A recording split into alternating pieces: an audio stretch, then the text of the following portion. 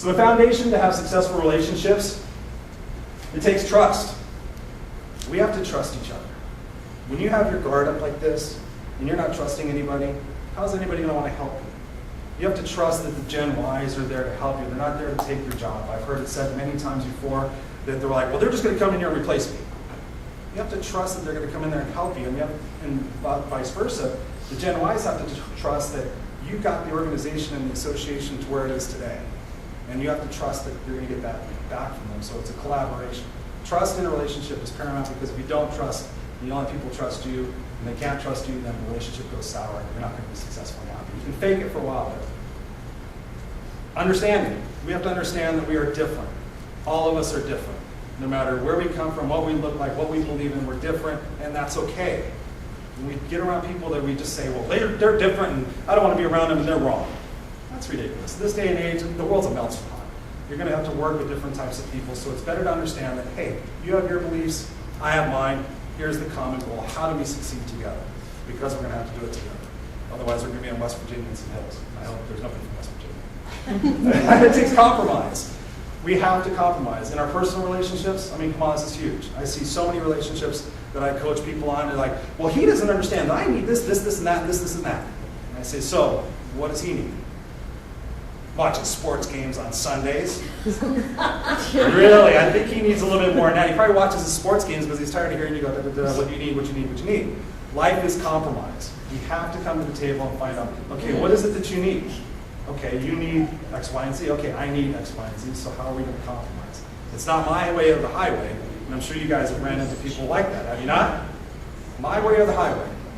And I usually pick the highway and give them a salute. Communication, we're going to talk about this a little bit more.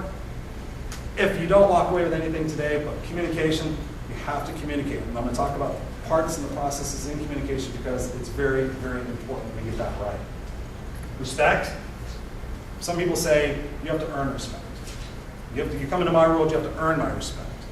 But there's a very important thing we have to remember is that when they come into our world, they have a sense of respect about what they've accomplished. And if somebody has a particular title in an organization, or they come with a specific degree, that kind of allows them a certain amount of respect. You have to say, okay, you've done this. Let's see the respect. I mean, let's see what you can do. But we can't automatically just say, well, you just come in here, you have to prove yourself.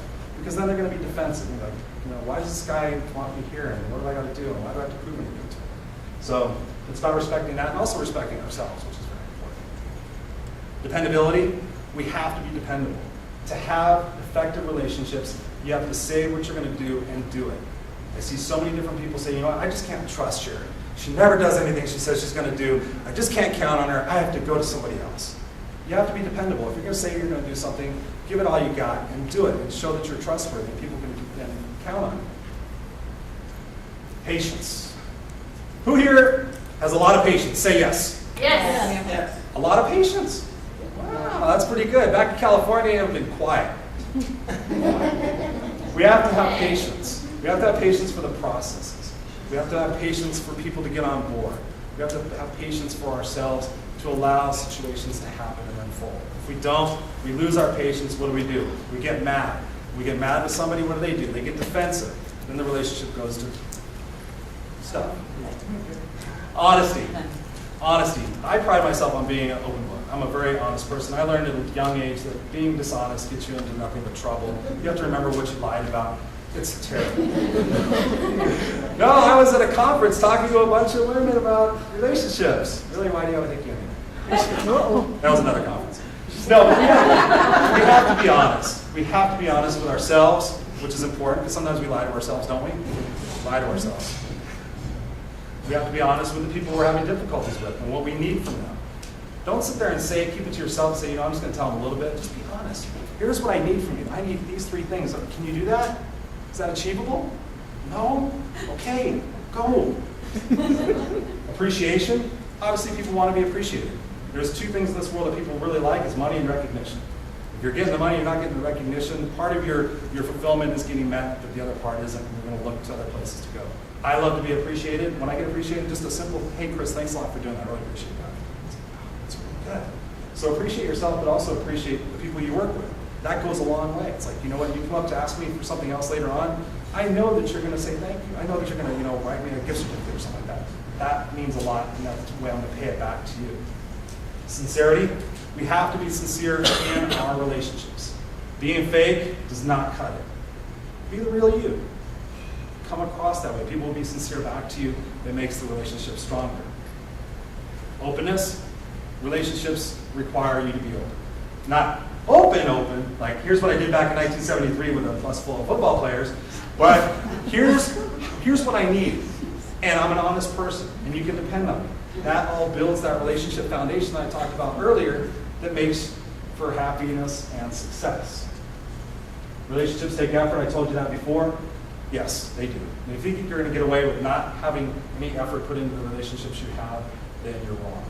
Because if you have a relationship with your boss that you put effort into, find out what their likes, their dislikes are, what are their goals, how can you help them, your customers especially. I know people that are in sales, they have a difficult time with customers these days because they won't give me the time of day. And I say, I'll tell you what, if you try to be a partner with them, and you sit down and not try to sell them anything, just sit there and say, what do you need? How can I help you?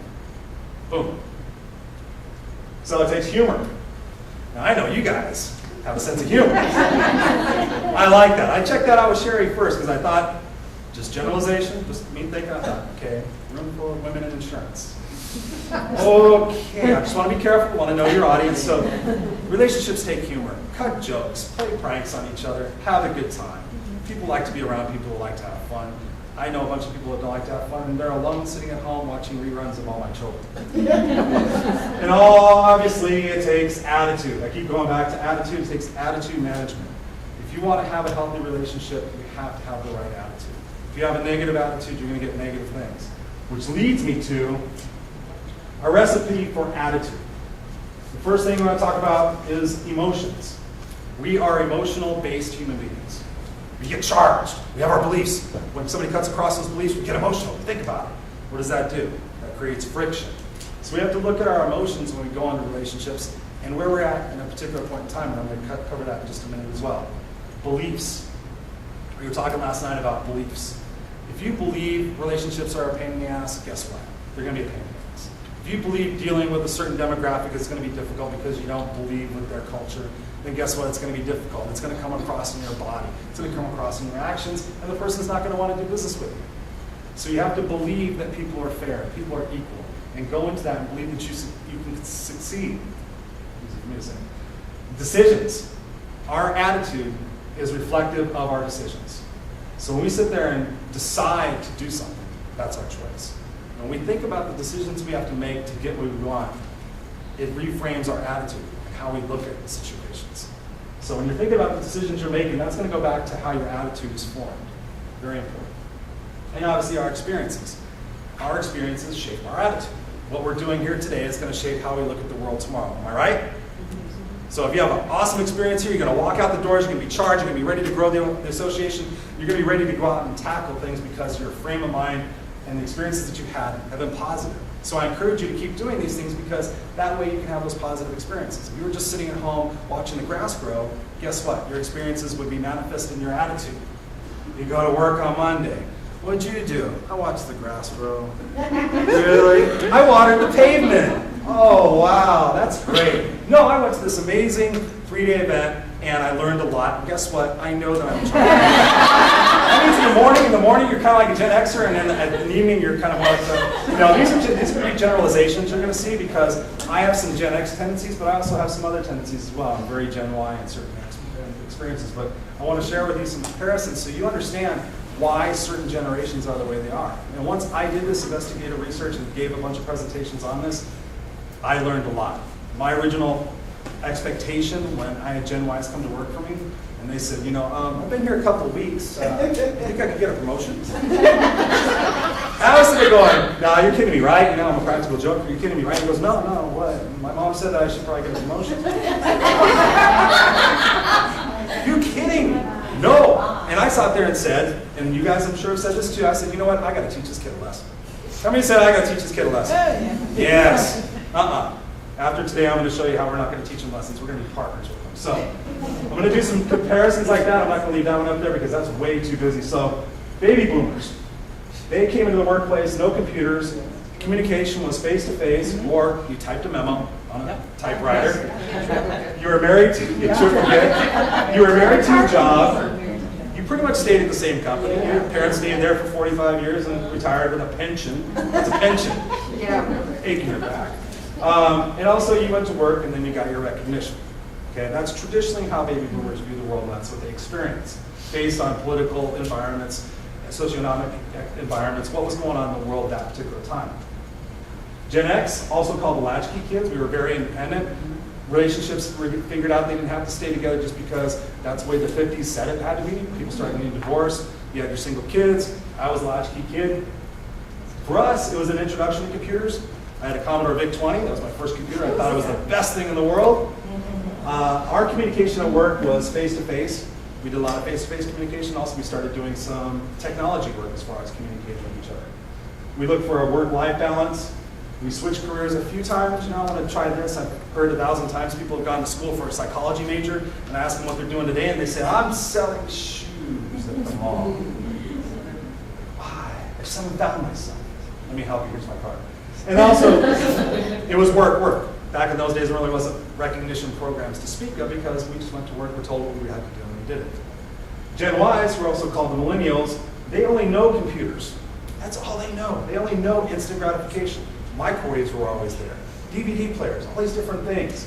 Their primary source of communication, cell phones, texting, instant messaging, emails, Facebooking, they do everything electronically. Pretty soon they want a chip in their head so they can just go, I know what you're thinking. Could you imagine that? Oh, Lord. Mel Gibson movie comes to mind. What Women Want. Social activities. Gen Ys are really into social activities. Many careers and many jobs. They want to experience things. They're not out to be stuck like their parents were. And they want recognition and then do the work, like we just talked about. So we're going to do some more comparisons. Baby boomers wore suits to work. Dress pants and everything. Team-oriented, they resist change. Baby boomers, this is the way we did it. This is what our forefathers said, and that's the way it's going to be. Generalization, of course. 13 channels on the TV. 13! The video game of the day was Pong. I remember having a Pong. There's 85 million baby boomers, generally speaking, in the world today. So, and they pride themselves on loyalty. Gen Xers, this is casual.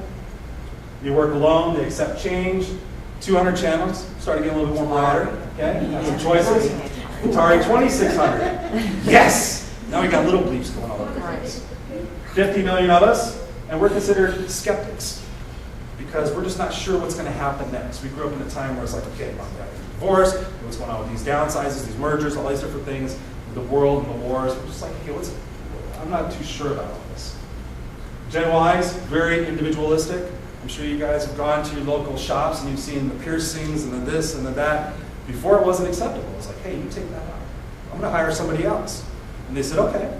The next one came in and said, hi, how you doing? Like, oh, all right, whatever. Okay, cool. As long as you can do the job, who really cares what you look like, okay? Very team-oriented. They want change. They want to experience different things. They don't want to be just in the whole humdrum thing. They're about variety. They got instant gratification needs. They can go anywhere and get stimulated at any time. They don't want to get stuck in the same spot.